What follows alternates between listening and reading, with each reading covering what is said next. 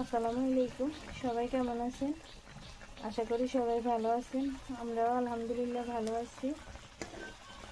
আজকে আবার বিকেলে রান্নাবান্নার আয়োজন চলতেছে। এখানে ইলিশ মাছ দিয়ে বেগুন দিয়ে রান্না করা হবে। মাছ কষিয়ে নেওয়া হয়েছে। এখানে ঝোল কষানো হয়ে গেছে। এখন এখানে কষানো ঝোলের মধ্যে বেগুন দিয়ে দেওয়া হইতেছে।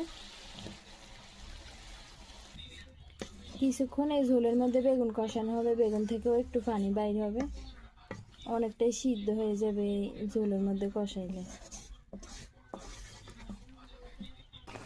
কষানো হয়ে গেছে, এখন ঝোলের পানি দিয়ে দিচ্ছি। এবার ঢাকনা দিয়ে ঢেকে দিব। এখানে বেগুন রান্না শেষ। এখন